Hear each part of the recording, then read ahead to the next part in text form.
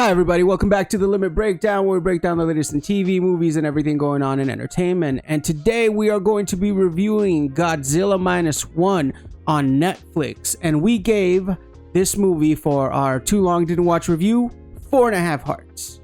Now, the reason we gave this movie 4.5 hearts, it has a compelling stories where all of the side stories were interconnected and served a purpose. We love the fact that it was less about Godzilla the monster and more about the characters. Also, it had all of the elements that a good kaiju movie has. Unfortunately, this movie's CGI was a little underwhelming. Godzilla's super regen ability was a little too much and too overpowered. And lastly, the plan to defeat Godzilla with the bends was kinda dumb. Because of these reasons, we gave it 4.5 hearts. Stick around after our intro for a deep dive, spoiler-filled review of Godzilla Minus One.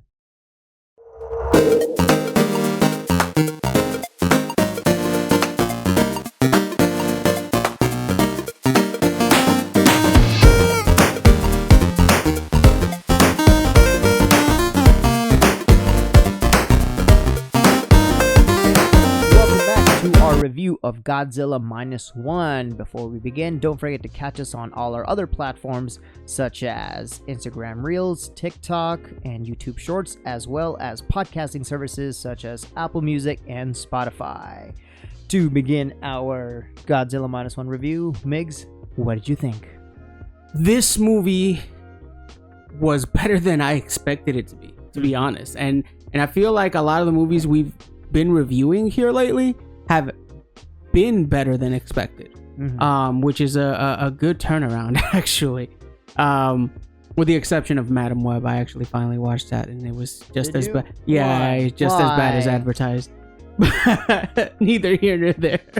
But Godzilla Minus One had everything that a good kaiju movie should have. It had, yes, Godzilla the monster and him wreaking havoc, but it was also about the characters. This kamikaze pilot who faced off against a baby Godzilla. And his name was Koichi. He faced off against the baby Godzilla and couldn't kill him, which, you know, you find out later on that all that guilt that he felt over not shooting Godzilla was kind of pointless because the gun wasn't gonna do anything. Fair enough. Yeah. Same thing. I was I walked into this movie expecting a lot, not because it's a Godzilla movie, but because so it won a lot of awards in Japan itself, as well as a lot of Academy Awards in United States as well. For example, best visual effects and so on and so forth. It won a lot of awards. So I was expecting this movie to be pretty good. And I was not disappointed. It truly was a great movie, and a lot of people think that monster movies are usually not that good, and I agree with them, because 9 times out of 10, all it's about is a very limited plot with just a bunch of monsters and fight scenes. Which, yes, it had the fight scenes and stuff, but the plot was very thick. Well, it's what we were talking about before, right? It was all of these different interconnecting characters with their own individual side stories, and them all coming together at the end to defeat Godzilla. Yeah. And you know, obviously, Godzilla has always been a comparison to, you know, the effects of nuclear war and all that. So the Japanese people haven't been deeply affected, and you see, like I said, the kamikaze pilot, the villager that was left, another innocent bystander who was, all her family was killed, and she found a little girl, and she took care of the little girl. All these surviving soldiers and sailors, and everybody had their own thing going on, and then at the end, all of these connections, all of these people come together to defeat Godzilla. And it was yes, you know, the movie was about all the havoc that was being caused, but at the end of the day, it was about people finding their purpose. Yeah.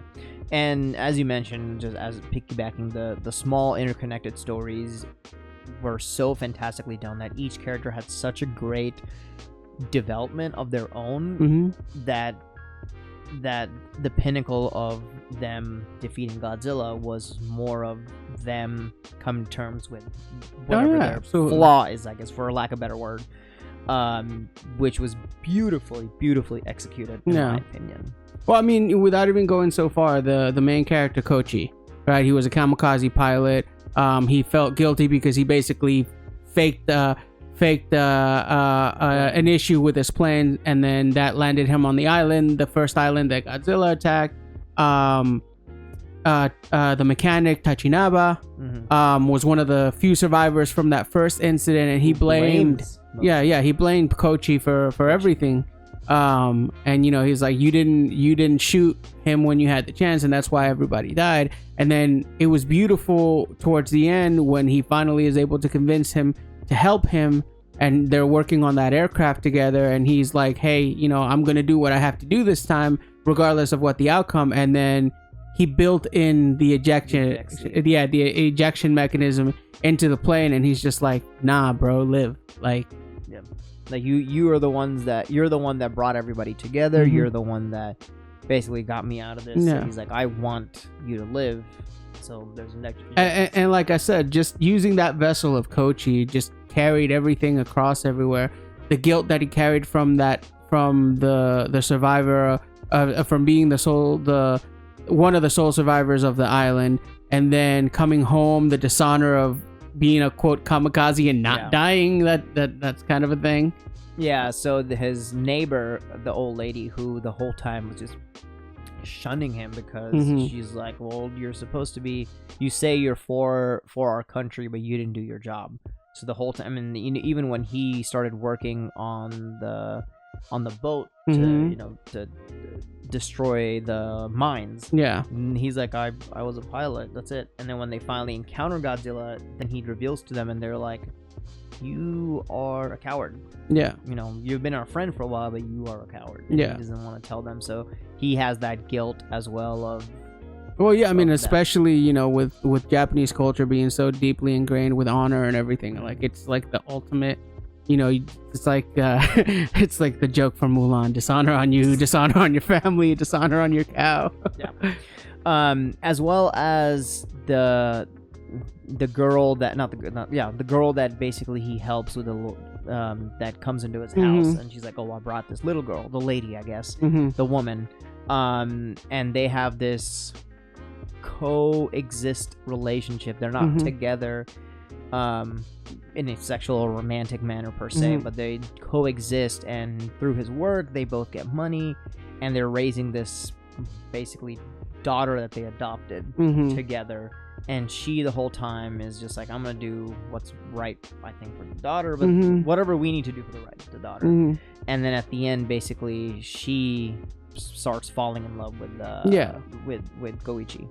Well, it was clear too that they fell in love with each other, but it was one of those, like, they found each other, they fell into each other, for lack of a better word. So, and he was holding on to all this guilt, holding on to all this baggage. And yeah, it was a beautiful moment at the end. Like, once Godzilla is defeated and they find out that she survived that blast, and then she's just like, "Are you good now?" Basically, like, can your war finally be done? Yeah, sounds insane. And then another thing, obviously, the scientist that was on the boat with them to help them find the mines. He happens to also be a fantastic mind that helps them come up with a plan to defeat Godzilla at the end. I love the fact that they acknowledged that it was a pretty dumb plan, because everybody was sitting there talking to him, and they're like, okay, so you want to like sink him all the way down to the bottom, and you think, doesn't he like live underwater? Like, isn't this like his element? Like, how do we know this is going to kill him? Yeah. And then he's just like, well, if you're going to complain about it, what's your idea? Yeah. And they're like, so then what if it fails? He's like, oh, then we're going to bring him back up. So the overall plan that they had at the end to defeat Godzilla, which so many people got, so they had their local military come together to defeat Godzilla, as well as the local fishermen that came. And I thought that was just beautiful. Like, everybody's coming together. They've all had hardships and stuff, and at the end, everyone that said no comes together to defeat Godzilla. But their plan was to give Godzilla the bends. Yeah. And he's a water aquatic creature, which I feel like he should be adapted to a certain degree. No, like you said, the scientist himself was like, I don't got any other plans. What you got? But I mean, look, it wasn't a terrible plan. I mean, pressure does kill. I'm not going to mention how recently that lesson was learned by some people, but deep sea pressure does kill. But I did like at the end, like I mentioned, like where the initial small military, they go in there, do their plan, and they're like, oh, we need more assistance. And then out comes their friend, who's one of the youngest ones, with an array of fishing boats that help pull the battleships, which I thought, I don't know military equipment like that, but I know. Okay. Well, maybe. Can tugboats? I mean, I guess if you have enough of them. If you have enough tugboats, can they pull a battleship? I don't know how accurate. How accurate that part of it was, but we'll suspend disbelief. It's fine. It's fine. That's the least. I mean, look, we're talking about Godzilla here, so I think we've suspended disbelief for. There.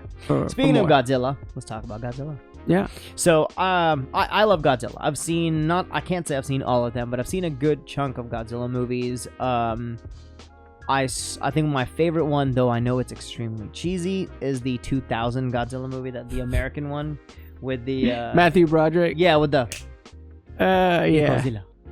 Godzilla. Very cheesy, but I love that movie. I actually recently rewatched that one, and it's not terrible. Yeah. I mean, the CGI Godzilla was god awful, and then the dive he makes into the river. But so I've loved Godzilla movies, including even the last.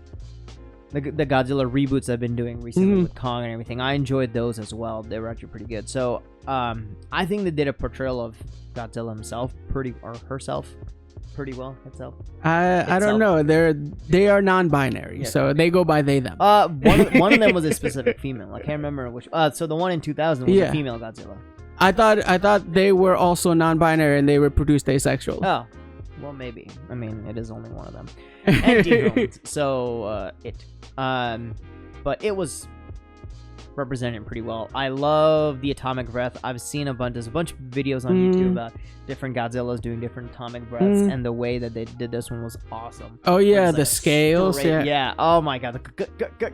Yeah. Oh my god, that was such a great scene. I think they started doing that in the when they rebooted Godzilla in the past, and I thought it was such an amazing scene. The only problem that I had was that I didn't realize that Godzilla was also part Wolverine. Like the Wolverine. Yeah, no, because like his regenerative ability was insane. Yeah. Like they blew off half his head and then it just like instantly regenerated. I don't even think Wolverine regenerates that fast. Yeah, that was a little ridiculous. You had mentioned before where, bullets, even like full on. Yeah. I don't know what they're called. Like the guns that shoot bullets are like this long. It could barely scratch the surface on his skin because it's so tough. But then I understand he's having some regenerative abilities, but the one scene where when he had the barrel in his mouth and they blew it off and it blew off half the thing within seconds regen. So I wouldn't have had a problem with it regenning, but let it take a little bit. Give it a day. you know? Just instant. So that makes that Godzilla a little too OP, and which it looks like they might due to the last scene and ending. Yeah. They might do another movie, but it seemed like this Godzilla is basically unstoppable. But what are your final thoughts on this? Thoughts, I think, the plot was pretty decent. The characters had great character development, and overall it was just a fun movie. There's not really much insane to talk about in this movie, but it was just fun and entertaining. If there's any time I'm like, hey, you don't want to watch something that's entertaining and just put on a movie, turn your brain off, and get some popcorn, I think this is a fantastic movie to put on.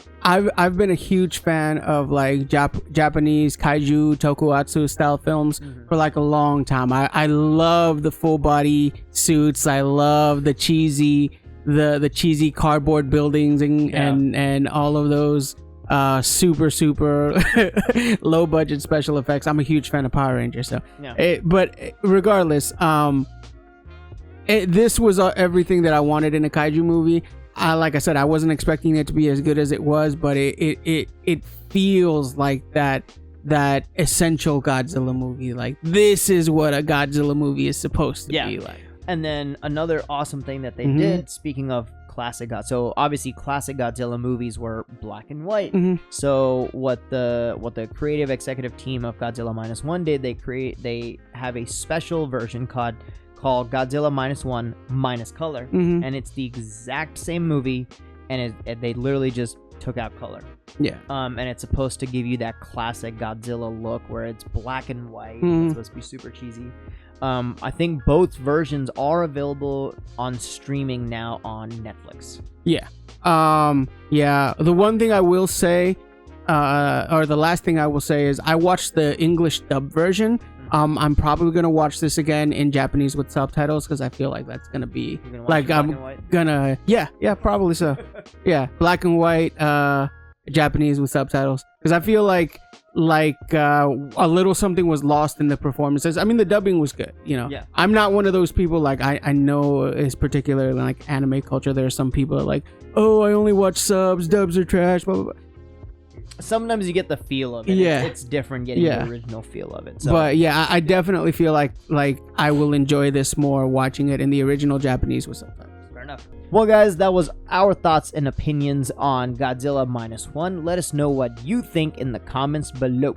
And as always, don't forget to hit that like, comment, and subscribe. Helps us out with the algorithm. Let us know if you agreed with us, if anything that we said provoked any thought. And as always, we will catch you next time with some more content.